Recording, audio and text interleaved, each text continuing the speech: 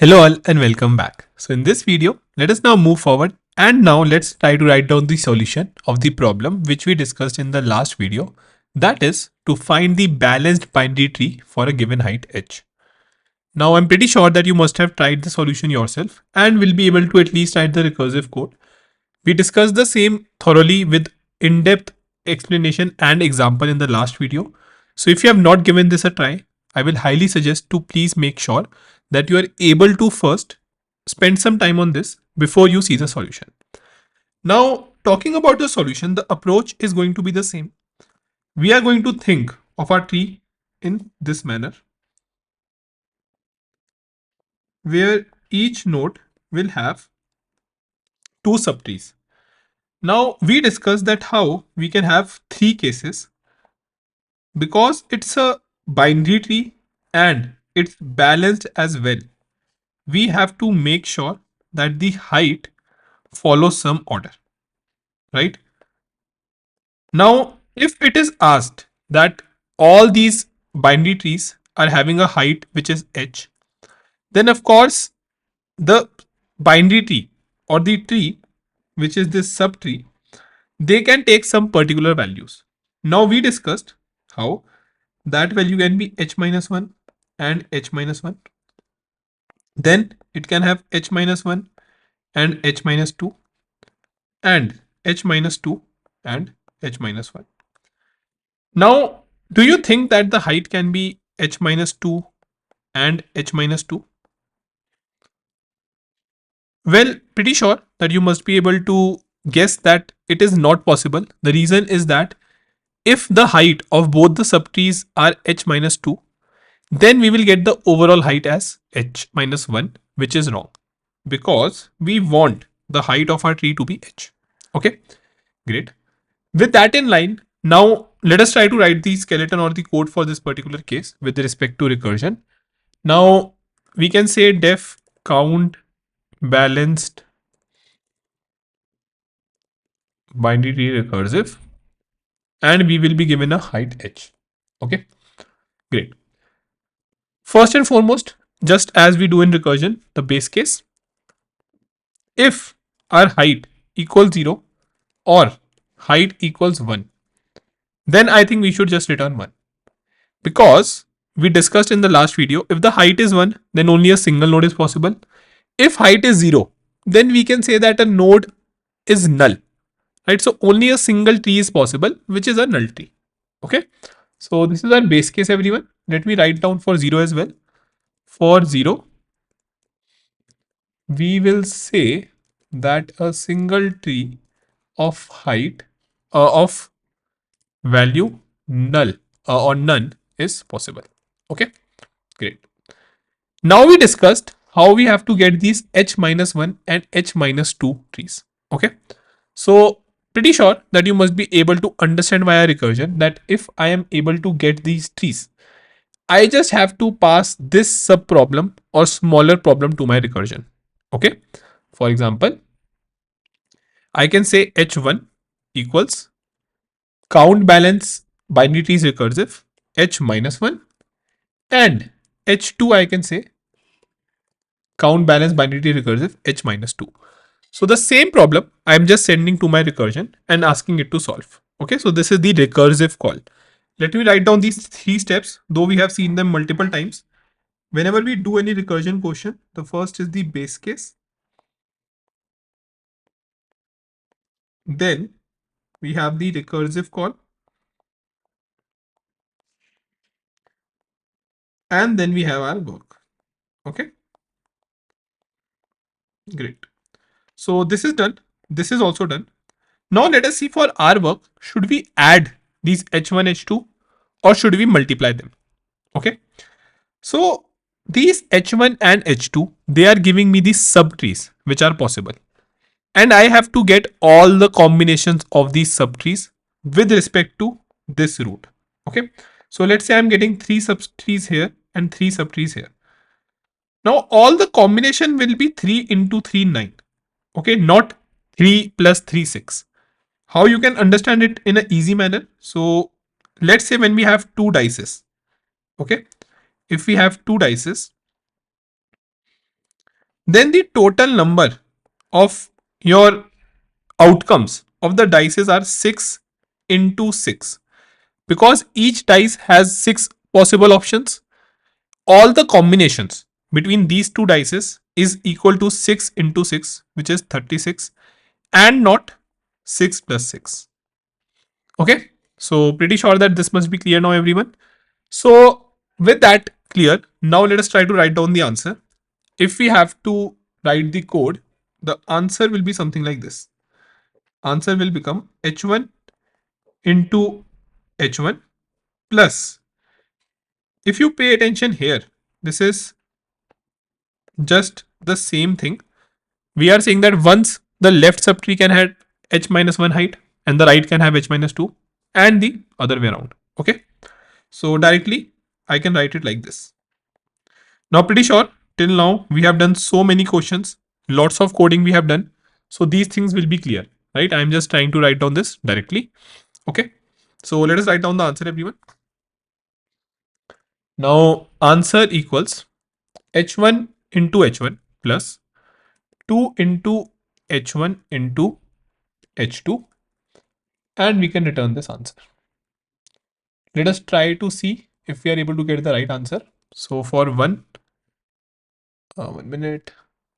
Okay, we are not printing it. So let us print that as well. Great. So it's 1. Then for 2, it's 3. For 3, it's 15. For 4, it's 315. Okay. So in the coding exercise, of course, you must have solved and many examples will be given to you. So pretty sure you must have checked it via that thing.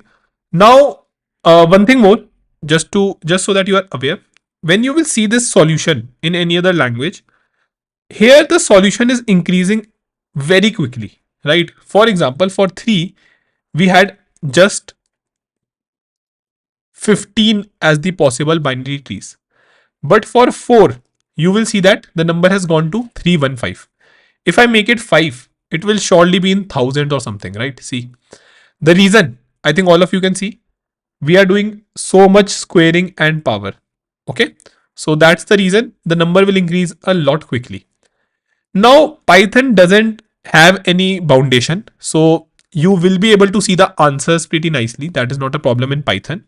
But you must be aware that in other languages, or if you will see this solution somewhere else, then to limit our answer, okay, to limit our answer into the overall range of an integer, we normally use a mod. Let me write this down because it's very important. In some other languages,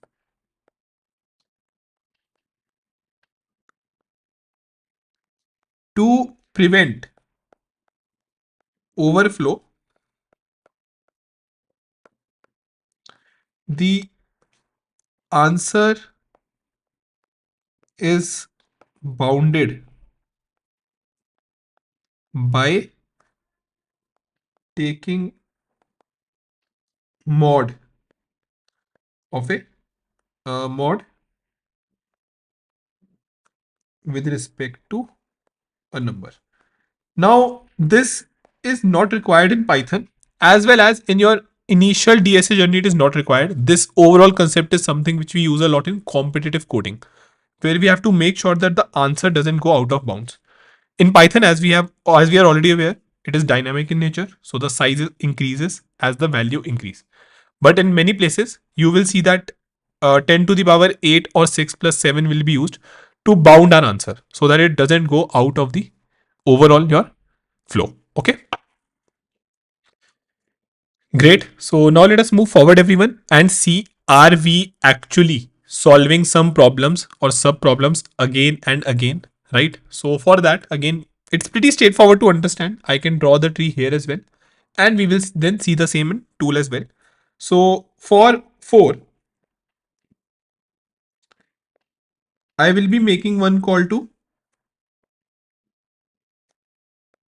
3 and then one call to 2. Okay, 3 will make a call to 2 and it will make a call to 1. 2 will similarly make a call to 1 and to 0. So again, because the number is small initially, we can see some overlapping subproblems. As it will increase, just like Fibonacci, we will have a lots of call. Rather, this overall, I would say recurrence relation is very much like the Fibonacci number, where we are dependent on n minus 1 and n minus 2, right? So the complexity also, then I can write complexity of this code is 2 to the power n, right everyone? Because just like Fibonacci number, we are making calls on a number less than me and 2 less than me. Okay, so let us see that in tool as well. This is the code. So this is the code which we have written. Okay, let's say if I draw it for 5. So see everyone, how many calls are getting made. This is the answer. So just this calculation is different. Everything is same. So many of you might see that this is exactly like Fibonacci number code or Fibonacci number. So this 3, 3, 2, 2, right? All these subproblems, they are overlapping subproblems which can be avoided. You can see that function returns 1.09e plus 5. That is 1 into 10 to the power 5, you can just assume. So towards the 100k mark, right? Great. So pretty sure that by seeing this tree, you are able to understand that how exactly we have many sub problems which we need to solve. Okay, great. Then I think many of us know what we can do for a cases like this.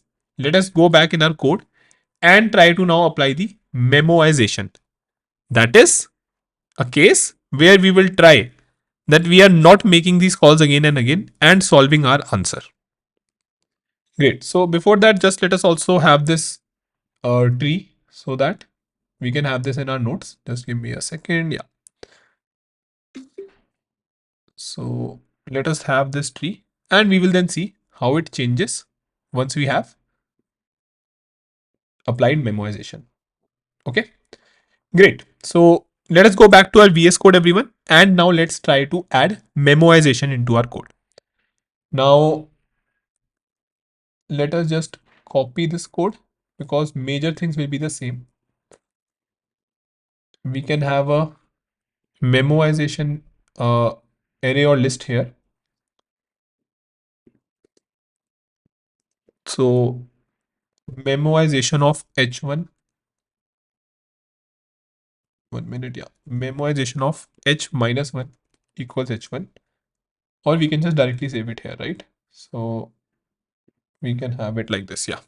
So before just making sure that I send to answer, I do the calculation and return my answer, I am just trying to save these answers. Okay, so this is how we used to do our memoization, right everyone? So just saving these answer for h minus 1, this is the answer. And here what we have to do, if memo of h not equals minus 1, then we can return this. Now I'm pretty sure that by doing problems, you will have a good idea that how are we applying this. Okay. So great everyone. Now we can just have memo equals minus 1 into h plus 1. Okay. So I'm using h equals 6 here. Let's say I'm sending, let's make it 5 so that we are able to see in diagram as well. And yes, I think this works fine. So let us send h here only. And let us call this memoization. Okay, so pretty sure that you must have understood, but I will still repeat what I have done. Just first, I have checked if I already have the answer. If I have the answer, then again, I will not be calculating it, right? Similarly, once I get the answers, I am just saving them. I could have directly saved them in H without using H1, but again, I think you should be exposed to multiple ways you can do the problem. Initially, it's not a problem. If you are making lots of variable, all is fine. Your variable are taking very less space, so everything is fine. The understanding is paramount. You should be able to understand each and everything. Okay. So h minus 2, h minus 1 we have saved here everyone. Then we calculate our answer and finally we are saving our answer. Okay. Great. So with this in line, I think we are good to run this code. Let me just quickly run this, and seems like we are getting our answer. Okay, great. So for this particular code, let us now go back to Python tutor and try to see how exactly this will run. Okay.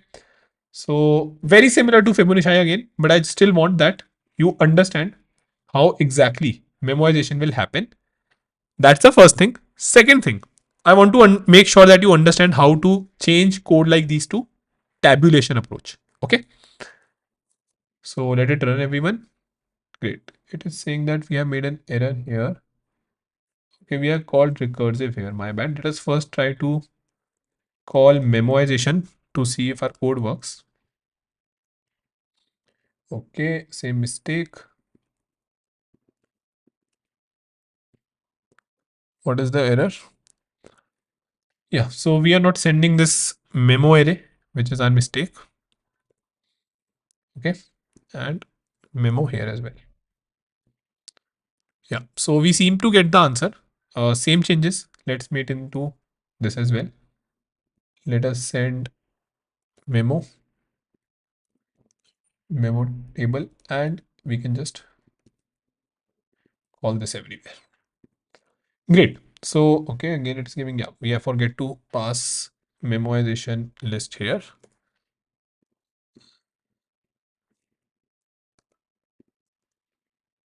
1 minute. Why is it not letting me edit? Okay. Great. So, yeah, we have everything in place, everyone. I want all of you to focus that how our memoization list is getting filled. Okay, because that is going to give you the idea how exactly are we doing this question. Everything is -1 initially. Let us move forward. Now, first I'm calling for H5. We have 5 here. Okay. It's going to call for 4 and 3. See, 4 gets called, then 3 gets called. So we started from top, okay, and then going towards down. Okay, top down approach. That's why it is known as top down approach. Now, what we have to do? 3 will call to 2, 2 will call to 1, and 1 is our base case. Okay, for base case, we could have saved and made the change here, but again, we are just making sure that we know that the answer is trivial for that, so we can get that. Great. Once we have this answer for 1 and 0, then we can move forward. Okay. In a way, if you understand, though we are not referring to this memo for H0 and 1, in a way we have this answer already, so we are not spending more time. That's the basic idea, right? We have to save this answer. For 1 and 0, we know the answer. So maybe we don't need to save it as well. Just that I should not be spending a lot of time in solving this particular approach, solving for a particular number for which we have already solved. Great. So let us move forward. Now we will get the answer for 2. We have the H1 here and H2 here for 2. Okay. So for this, let me show you an image as well. For this 2, I have the H1 and H2. Based on that, I will frame my answer, which is going to be 3. Because this is the formula getting applied now. If you would have done H1 plus H2, this would have exactly been the Fibonacci code. So I hope you are also able to understand that how your understanding of a particular approach, a particular function, code or a question will help you to solve more question as well going forward. Okay, and that is the main overall, I would say, understanding or main crux of DP. If you understand, if you do and properly able to get the intuition of few of the questions, right, then the variations will be very much easy for you. Now in this course again, we have introduced all those variations so that once you do them, each and every other question you will be able to do based on that intuition.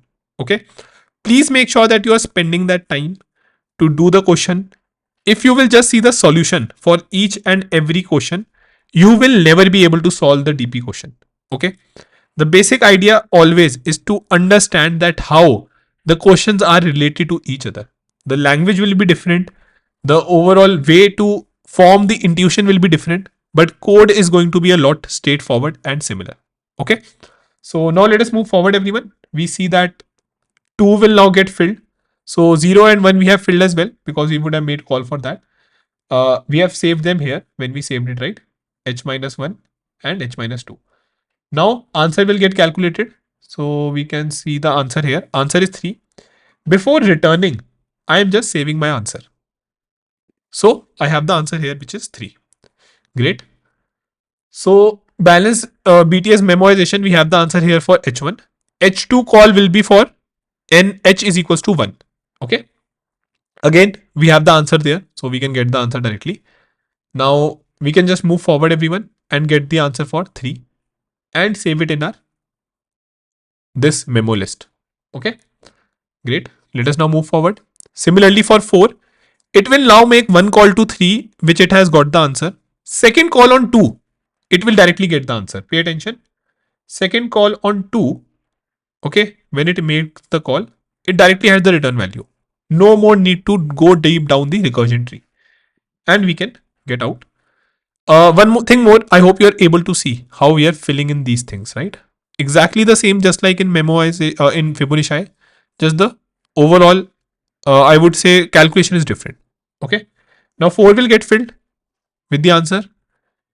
Now again 5 will get filled. Okay. 5 have both the answers now. 5 will call on 4 and 3. So see how quickly we are able to get the answer. And then finally 5 answer is here, which we will store as well, so that tomorrow if it is needed by 6 or 7, we can get that.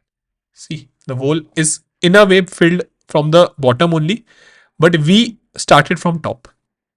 If you are able to understand this memoization code, then you will never face problem in writing down the tabulation or pure DP approach. Because here we have seen in front of our eyes that how this list has filled. That could have given us enough idea that how we will write the pure DP solution. Okay. Great, everyone. So pretty sure this will be clear. Now let us see this in image as well. Again, all these approaches to make sure that you have no doubts whatsoever. Just when I click in this memoization, we won't have these calls. These 3 call we will not have. These 3 and 2. Okay. This 2 call will not be calling anything beyond that. So see. And we know that, okay, how fast the same can be. Getting it from 2 to the power n to n is a very great optimization. See how quickly in less steps we are able to get our answer. Okay. Great, everyone. So pretty sure this will also be clear. Now for the overall that code finally, okay, for the bottom up pure DP code, I think I can just directly copy and use this. So this is the same code which we wrote for your Fibonacci number, right, everyone? So let us just write tabulation here. And I'm pretty sure, like maybe at this point you can pause the video and all of you will be able to write the answer. I'm pretty sure of that. Okay. So just that we are using n here. So let it be n only. N less than equal 1, we are returning 1. Okay. We are taking DP. Here we take it as 0 because we know we have to add it going forward. Okay. Great. What is the change we have to do? Something like this. Now you can take H1 and H2 as well.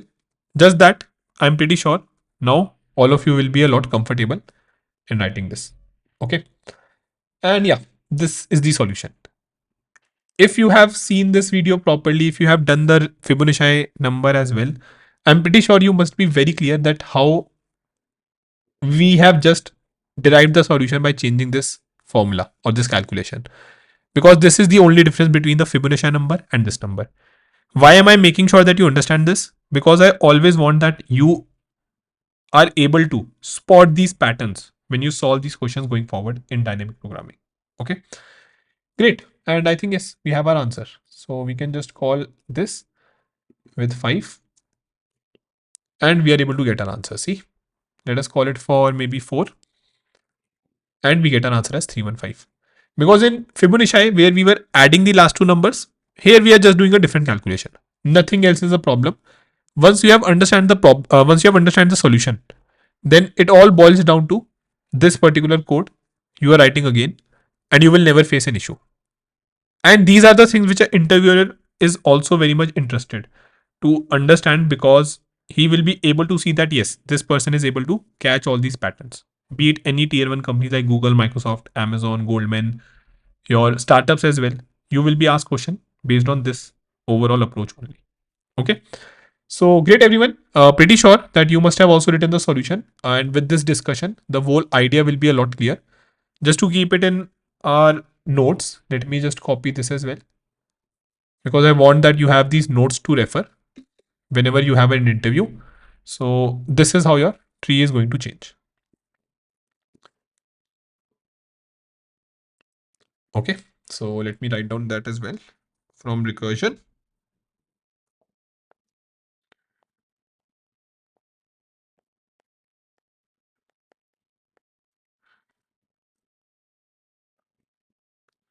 to memoization.